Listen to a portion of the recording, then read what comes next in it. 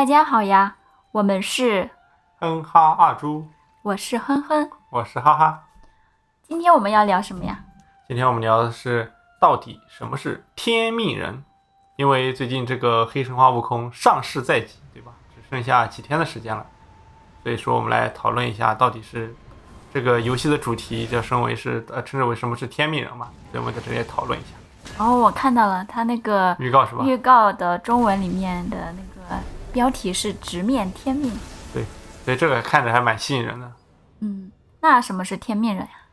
天命人啊，天命人就是这个，好像中文哲学里面好像还挺多东西的。你是专业的，你来解释一下吧。首先我自己觉得，我觉得天命人是不是指孙悟空？他是这个就是游戏中的那个那个孙悟空是不是一个天命人，就是指定的嘛？可能是吧，因为他是主角嘛。因为像这个游戏目前只知道这个剧情啊，就是这个孙悟空他是在这个西天取经之后发生的故事，所以说这个故事是全新的，跟之前还是有很大不同的。这样吗？我还以为它是《西游记》里面的、就你直接复述西游记不是，它是新故事，所以说没有人知道这个剧情怎么安排的。但可能还是会有很多原来西游记里面的一些元素，什么土地啊、龙王呀、包括四大天王呀，但是它会重新制作了，用现代的技术重新制作。然后你刚刚说到的，就是这个天命涉及的什么哲学啊，这种说人类情感世界的这种啊，我看到的就是我会想啊，这个游戏它里面的那个开头嘛，就官方预告片，我还是挺感兴趣的。它里面因为给出了很富有哲理性的那个几句话，比如说他开头说的那个世人都晓神仙好，唯有功名忘不了，古今将相在何方，荒冢一堆草没了。哎，这是啥意思呀？看着好玄奥呀！这个我理科生就完全理解不了这句话。这样吗？对啊，这有什么说法吗？那我看到这句话的时候，我就想起了我看过的《红楼梦》第二回贾夫人先试杨都城，冷子兴演说荣国府中的那个冷子兴向贾雨村讲述了贾府的兴衰历史嘛。在这个第二回的开头，他就曹雪芹就用了好了歌来表达了对人世间的功名财富啊，或者说亲情的执念的感慨和讽刺吧。还有就是他这几句话完全就是好了歌里面的嘛。至于有没有其他的出处，我就不知道游戏作者他的用意了。反正这句话居然出自《红楼梦》呀！这一般的可能打游戏的可能都不太知道。我觉得这还是挺有这个文化渊源在这儿的。还有其他的是，我记得好像还有一些，就是像有一些就比较通俗易懂的，我觉得可能还是反映社会现实啊。什么师傅，你说这世上是善人多还是恶人多？这个我觉得还蛮有意思。然后师傅又说什么自是善人多，哎，这还是蛮有意思的。哎，这你师傅是谁啊？师傅，你徒弟是谁？那你因为我听到的那个音频，就是那个是预告片中的那个第一句话问师傅的那个是徒弟的声音嘛？感觉是一个小孩子的声音。小孩子对吧？其实也可能也是影射之前孙悟空嘛。那个还是一个猴子的孙悟空是？对，可能是影射嘛，但是可能实际上并不是，他只是这么以切入主题。但是我感觉如果是用一个小孩子的声音，我就会觉得是因为在现实社会中，我们就是初入社会啊，或者说还没有步入社会，也会问这样的问题嘛，就是会对人间的善恶表示很困惑嘛。你有没有？这中国老是在国内是不是老是说，哎呀，还是好人多，是不是啊？其实并不是，还是坏人比较多。那师傅，那是不是《西游记》中的那个菩提祖师就还不知道是吧？对，我还就是想到这个，还是看到回想起我们看孙悟空的时候，他学72变啊，什么斗金元那个，我觉得那个很精彩。就是那个，对，那是不是还说了一句什么？那为何这世道从未太平，恶总是横行无忌？这句话觉得还蛮有意思的。这说的哪是妖魔世界啊？这说的不是当下的社会现实吗？怎么说？你很有感触吗？对呀，对吧？你看看 YouTube 看看抖音就知道，对吧？这个世界也并不太平，对吧？到处打仗，对吧？恶总是横行，坏人倒是很多，对吧？这确实呀。然后我是觉得他后面那个也说的很有哲理性，就是他说，然后他的师傅就回答说，为什么就是恶总是横行无忌，是因为人们不分好歹的善不是善嘛，是恶的帮凶，要以霹雳的手段显菩萨心肠，这就是你的天命。然后前面那句话我就是不分好歹的善，就是让我想起了苏格拉底的一句话，就是无人有意作恶嘛，就是为什么说没有人是有意要作恶呢？是因为在苏格拉底看来，他觉得人们作恶是因为无知才是最大的恶，因为你不知道什么是真正的善和恶，你分不清楚，所以你会就是人世间才会有恶。还有就是就是苏格拉底也说，就是因为在柏拉图的苏格拉里面，他就说有洞穴理论嘛，大家都非常的熟悉。但是可能他这句话也让我想到了，就是说，因为我们没有办法分清善恶，是因为我们生活在一个各种意见中的洞穴之中，就是我们还是生活在洞穴世界里面，并没有认识到什么是真正的真理和真正的善恶。所以我感觉这个还是非常的哲理。我感觉这个游戏的制作者和作者就是非常的用心，而且对生活啊，或者说对人事还是有非常深刻的思考。所以在这游戏里面也是有这个体现，对吧？就是这个里面的善就体现出这个游戏里面就是对这种打 BOSS 的时候 ，BOSS 是有个求饶机制，好像是可以放走他，还是选择把他杀掉，好像就这在一般在西方的一般游戏里面都没有，一般没太有这个东西，我觉得这还是蛮有特色的。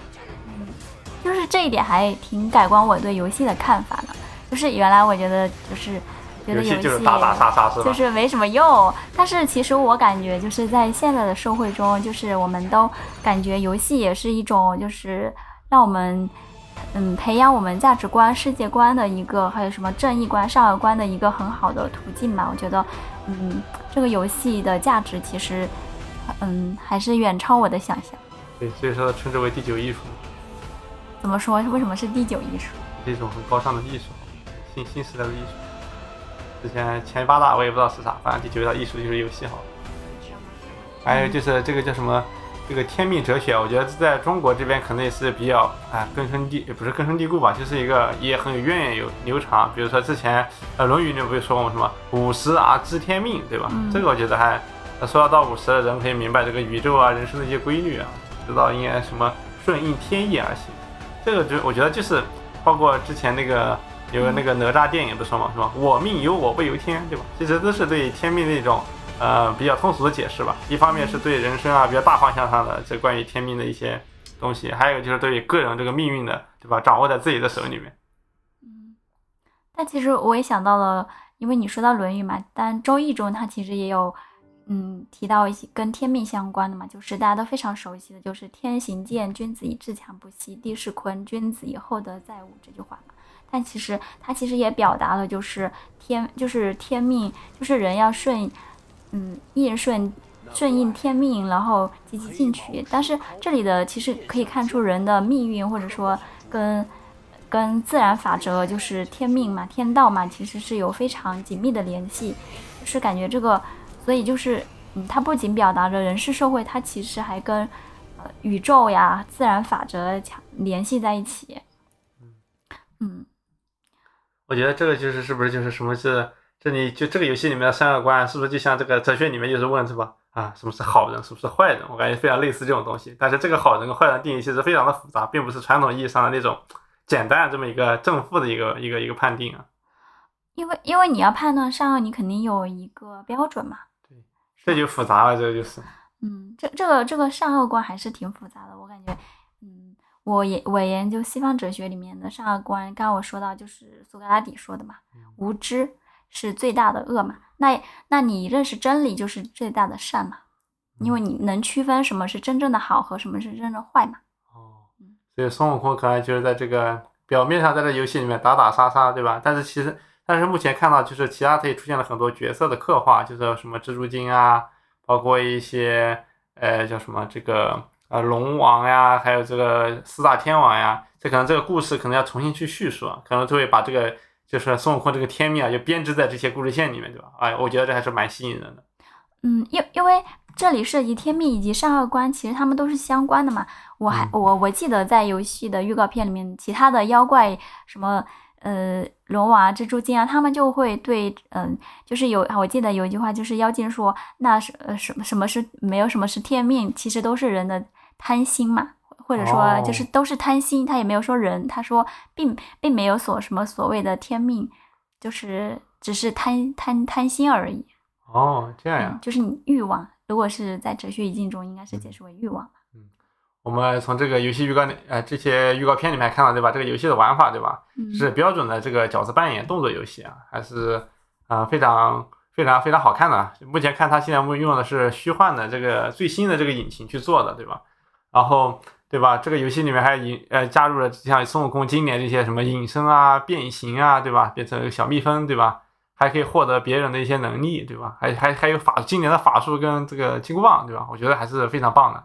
在而且这些很多东西还是基本上还是比较原创的，跟其他的游戏还是有非常明显的不同。我觉得这个还是对游戏玩家来说，就全球都目前还比较轰动嘛，大家都非常期待这个游戏的实际游玩效果怎么样。目前从各方体验来看的话，都是获得了非常高的评价。就是它不仅有那个天命善恶这种人的那种人的社会的善恶观，以及就是这种人的生存的这种天命的这种文化的东西，它还有就是你说的非常酷炫的玩法，然后所以就让这个游戏非常的丰满。对，所以这个就目前是国内第一款大的3A 游戏嘛，现在就是全球都非常期待。就是还有就是说就之前我知道你对游戏还有一些偏见啊，对吧？你可以说一下你之前对游戏有啥偏见？我对游戏有啥偏见？因为我不是一个喜欢玩游戏的人啊，然后所以我就会觉得玩游戏是很浪费时间的，没什么用嘛。就是不管是经济价值还是什么娱乐价值，我感觉都是在我看来就没什么用。然后而且我也会担心你就是沉迷游戏啊，或者是后面沉迷了之后就不务正业啊，然后损害身体啊，也担心如果你沉迷了之后，我担心我们未来怎么办？因为在我的印象中，一玩游戏，就比如说我的想象就是在国内就什么不良少年就进网吧打游戏，荒废人生，考不上好大学，然后直接这人生就完蛋了，是吧？对，就是那种还要送到什么网瘾中心去，对吧？什么电击，什么戒掉网瘾，是吧？对还有包括说什么初中生就是沉迷于游戏，然后充值倾家荡产，是吧？对还有就是跟父母关系闹得很不好，或者说甚至就忤逆父母啊什么的，就是那种就感觉你这些担心是来自于中国社会现实，确实是这样子。但是我觉得喜欢玩游戏就玩游戏就是也不是所谓正当理由，它其实正当理解就是理由跟你说的就是玩游戏其实并不是你想的那么妖魔化，对吧？其次呢，就是它只是一种，对吧？消遣娱乐的方式，跟看电视看剧刷手机没有什么本质上的区别，只不过呢，可能看起来就比较炫酷一点，对吧？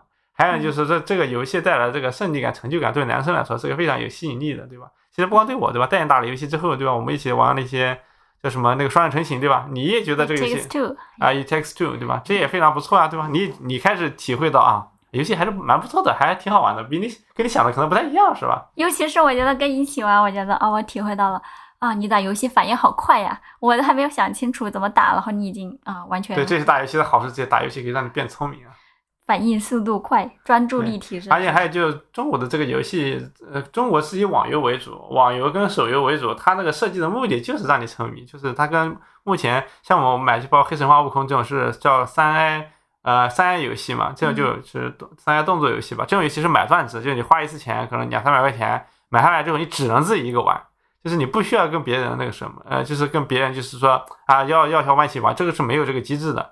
你买完之后你后续就是没有再花钱的地方了，就是直接买断了，不像在国内有个充钱东西，所以这就买断了，200多块钱花了之后结束没有了，不会在国内这充钱，没有这个东西。但也有游戏带这个东西，但这个都不是主流，对吧？因为如果这个成为主流的话，就会被大家抛弃，因为这是完全2个不同的赛道，对吧？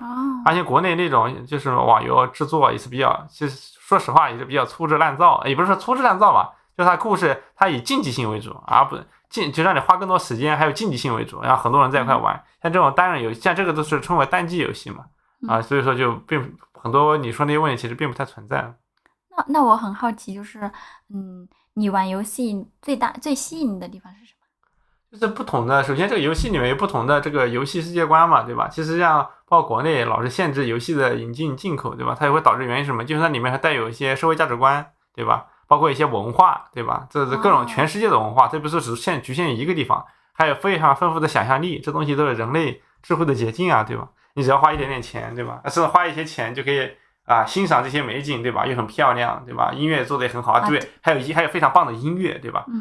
非常棒的原画这个视觉效果，还有这个非常好听的音乐，这都是原创的，很多都是原创的。大游戏里面做的全原创，这个非常经典，对吧？这个就相当于又听了音乐会又看了电影，自己还能当就是看电影只能看见主角在那里就是蹦跶蹦跶，对吧？在这里面你可以自己变成主角，可以创造自己的结局，甚至创造自己的世界，这当然是一种很好的一种叫什么娱乐的方式嘛，也不用过度妖魔化它，有成就感，有挑战性。对呀。那黑神话悟空是没有在国内上吗？还是国内上了，国内是腾讯代理的，是 WeGame，然后 Steam 在国内也可以买，但是 Steam 它在国内可以买可以玩，它网络没有限制，但是 Steam 就是在中国可以玩的一个海外游戏平台，在中国没有禁掉它，因为太多人用了。